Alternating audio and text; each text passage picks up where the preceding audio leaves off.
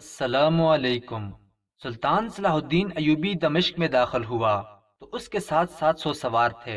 تمام مورخین نے یہی تعداد لکھی ہے، لیکن تاریخ سلطان ایوبی کے ان جانبازوں سے بے خبر ہے جن میں سے کوئی تاجروں کے روپ میں ہے، کوئی بے ضرر مسلمانوں کے بھیس میں ہے، اور کوئی شامی فوج کے معمولی سپاہیوں کے لباس میں ایک ایک بھی دو دو اور چار چار کی بھی دمشق میں ٹولیوں کی شکل میں داخل ہوئے تھے۔ یہاں آپ کو دمشق شہر کے بارے میں بتاتے چلیں۔ دمشق سوریہ کا دارالحکومت اور دنیا کے قدیم ترین شہروں میں سے ایک ہے۔ اسے الشام بھی کہا جاتا ہے۔ سطح سمندر سے 2260 فٹ کی بلندی پر آباد ہے۔ اس کے چاروں طرف باغات اور مرغزار ہیں جن کے گرد پہاڑیاں پھیلی ہوئی ہیں۔ زمانہ قدیم میں یہ شہر علت ترتیب آرمینی، آشوری اور اہل فارس کے زیر تسلط رہا۔ اب اپنے موضوع کی طرف بڑھتے ہیں کہ ان میں زیادہ تر سلطان ایوبی کے خاموش حملے سے پہلے ہی یہاں آ گئے تھے، اور کچھ اس وقت داخل ہوئے تھے جب دمشق کے دروازے سلطان ایوبی کے لیے کھل گئے تھے۔ یہ جاسوسوں کا دستہ تھا جنہیں جانباز جاسوس کہا جاتا تھا، کیونکہ ہر قسم کی لڑائی، ہر ہتھیار کے استعمال، ہر طرح کی تباہ کاری کے ماہر تھے اور دماغی لحاظ سے مستعد اور ذہین تھے۔ ان کی سب سے بڑی خوبی یہ تھی کہ وہ جان کی پرواہ نہیں کرتے تھے، ایسے خطرے مول لیتے تھے جن کی تصور سے ہی عام سپاہی بھٹک جاتے تھے۔ ایسا جذبہ صرف ٹریننگ سے پیدا نہیں ہوتا، اس کام کے لیے ایسے جوان منتخب کیے جاتے تھے جن کے دلوں میں اپنے مذہب کا عشق اور دشمن کی نفرت بھری ہوتی ہے۔ یہ جانباز جنونی قسم کے مسلمان ہوتے ہیں۔ سلطان ایوبی نے ایسے جانبازوں کے کئی دستے تیار کر رکھے تھے۔ سلطان ایوبی جب 700 سواروں کے ساتھ دمشق کو روانہ ہوا تھا تو اس نے منتخب لڑاکا جاسوسوں کا ایک دستہ خصوصی ہدایات کے ساتھ دمشق کو روانہ کر دیا تھا۔ ان میں ایک ہدایت یہ تھی کہ اگر دمشق کی فوج مقابلے پر اتر آئے تو یہ جاسوس شہر کے اندر اپنی سمجھ اور ضرورت کے مطابق تہذیب کاری کریں اور وہ دروازے کھولنے کی بھی کوشش کریں۔ ان میں ایسے بھی تھے جنہیں شہروں میں دہشت، بھگدڑ، افراتفری اور افواہیں پھیلانے کی ٹریننگ دی گئی تھی۔ یہ لوگ بازاروں، گلیوں اور محلوں میں پھیل جاتے اور محفلوں کی صورت میں ایسی باتیں کرتے کہ لوگ خوف سے کانپنے لگتے۔ ان تمام جانبازوں کی تعداد 200 اور 300 کے درمیان تھی۔ اس وقت کے واقع نگاروں نے صحیح تعداد نہیں لکھی، صرف یہ لکھا ہے کہ سلطان ایوبی کی آمد کے وقت دمشق میں 200-300 جاسوس اور تباکار موجود تھے۔ ایک فرانسیسی واقع نگار نے صلیبی جنگوں کے حالات اور واقعات قلم بند کرتے ہوئے سلطان ایوبی کے لڑاکا جاسوسوں کے متعلق بہت کچھ لکھا ہے۔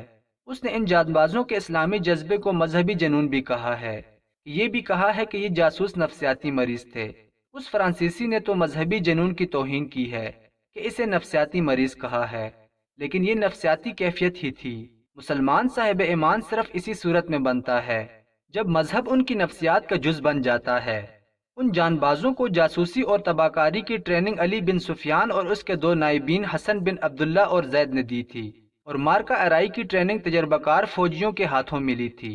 اب جبکہ سلطان ایوبی دمشق میں تھا اور علی بن سفیان قاہرہ میں تھا، وہاں کے اندرونی حالات پوری طرح نہیں سنبھلے تھے۔ سلطان ایوبی کی غیر حاضری دمشق پر اس کے قبضے اور خلافت کی معزولی میں مصر میں صلیبی تہذیب کاروں کا خطرہ بڑھ گیا تھا، اس لیے علی بن سفیان کو وہی رہنے دیا گیا تھا۔ دمشق میں اس کا ایک نائب حسن بن عبداللہ آیا تھا، وہی جاسوس جانبازوں کے دستے کا کمانڈر تھا۔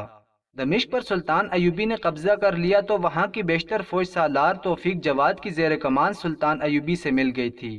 باقی فوج اور خلیفہ کے باڈی گارڈ دستے خلیفہ اور اس کے حواری امراء کے ساتھ دمشق سے بھاگ گئے تھے۔ توقع تھی کہ سلطان ایوبی انہیں گرفتار کرنے کے لیے فوج ان کے تعاقب میں بھیجے گا، لیکن اس نے ایسی کوئی حرکت نہ کی۔ 2-3 سالاروں نے اسے کہا بھی کہ ان امراء وغیرہ کو پکڑنا ضروری ہے جو بھاگ گئے ہیں، وہ کہیں اکٹھے ہو جائیں گے اور اطمینان سے سلطان ایوبی کے خلاف جنگی تیاری کریں گے۔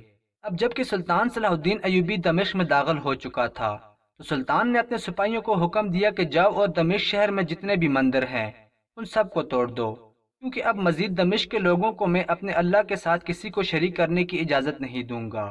سلطان کا حکم دیتے ہی تمام سپاہی شاہین کی طرح گئے اور تمام مندروں کو ریزہ ریزہ کر دیا، لیکن ان میں سے ایک مندر ایسا تھا جس کو سپاہی توڑنے میں لگے رہے، لیکن اس کی ایک اینٹ بھی نہیں ہل رہی تھی۔ پوری کوشش کرنے کے باوجود سپاہیوں نے سلطان صلاح الدین ایوبی کو آ کر خبر دی کہ سلطان معظم شہر سے ہٹ کر ایک مندر ہے، لیکن اس مندر کو توڑنے کے لیے ہم نے 10 سپاہیوں کو لگایا، لیکن وہ مندر ٹوٹ نہیں رہا۔ اس کی دیواریں دیکھنے سے اتنی زیادہ مضبوط نہیں، لیکن ہماری سمجھ سے باہر ہے کہ اس کو ابھی تک خراش بھی نہیں آ رہی۔ سلطان بڑا حیران ہوا کہ آخر اس مندر میں ایسی کیا بات ہے کہ وہ ٹوٹ کیوں نہیں رہا۔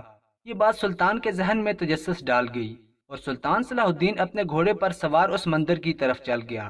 سلطان صلاح الدین ایوبی نے اس مندر کو دیکھا تو اپنے اللہ سے دعا مانگی اور کہا، اے میرے مالک، یہ وہ جگہ ہے جہاں لوگ آپ کے بجائے ان بتوں کو پوجتے ہیں، آپ کی ذات کے ساتھ ان بتوں کو شریک کرتے ہیں، بے شک تو وحدہ لا شریک ہے۔ اے میرے مالک، تو اس مندر کے پیچھے چھپے راز سے پردہ اٹھا دے۔ یہ دعا مانگ کر سلطان صلاح الدین ایوبی نے سپاہی سے نیزہ لیا اور اس مندر کی دیوار میں گھسا دیا، اور سلطان کے لگے نیزے سے وہ دیوار ہل کر رہ گئی، اور سپاہی بھی اس مندر کی طرف ٹوٹ پڑے اور اس مندر کی اینٹ سے اینٹ بجا دی۔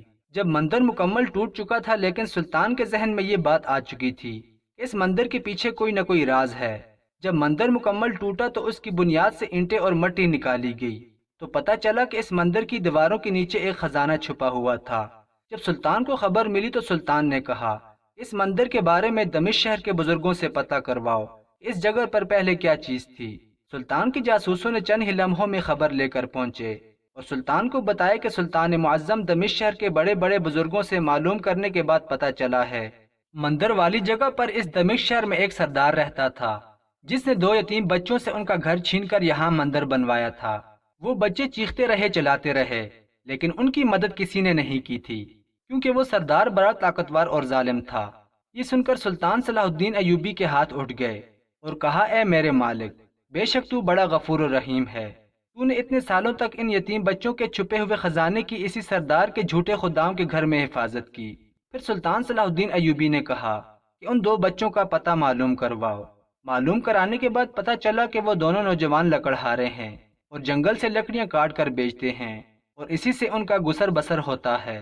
سلطان کے سپاہی ان دونوں کو تلاش کر کے مندر والی جگہ پر لے آئے اور سلطان صلاح الدین ایوبی نے وہ خزانہ نکلوا کر اپنے ہاتھوں سے ان 2 یتیم نوجوانوں کے حوالے کر دیا، اور یہ بات پورے دمشق شہر میں پھیل گئی کہ ایک مندر کے نیچے خزانہ چھپا ہوا تھا، لیکن وہ خزانہ سلطان صلاح الدین ایوبی نے وہ خزانہ اپنے پاس رکھنے کے بجائے ان یتیموں کو دے دیا جن کا پہلے وہاں پر گھر تھا، کیونکہ لوگ جانتے تھے کہ جس شہر پر جو سلطان یا بادشاہ قبضہ کر لیتا ہے اس شہر کی ہر چیز پر سلطان کا حق ہوتا ہے، لیکن یہ سلطان صلاح الدین ایوبی تھا۔